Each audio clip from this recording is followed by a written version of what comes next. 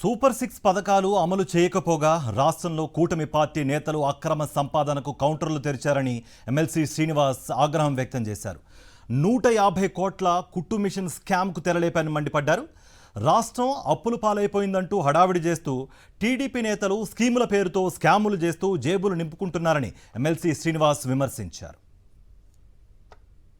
ఈ కుట్టు మిషన్ సంబంధించి ఒక 7,500 చూపించి దాదాపు ఒక్కొక్క వ్యక్తికి 27,500 ఖర్చు అయినట్టుగా ఈరోజు వాళ్ళు చూపిస్తున్నారు. అంటే ఒక వ్యక్తికి నిజంగా ట్రైనింగ్ ఇవ్వడానికి ఒక 3,000 ఖర్చు అవుతుంది. అదేవిధంగా ఒక మంచి కంపెనీ ఉషా కంపెనీనే మనం తీసుకున్నట్లయితే మనం మార్కెట్లో అడిగితే 6,700 నుంచి 7,500 దాని కాస్ట్.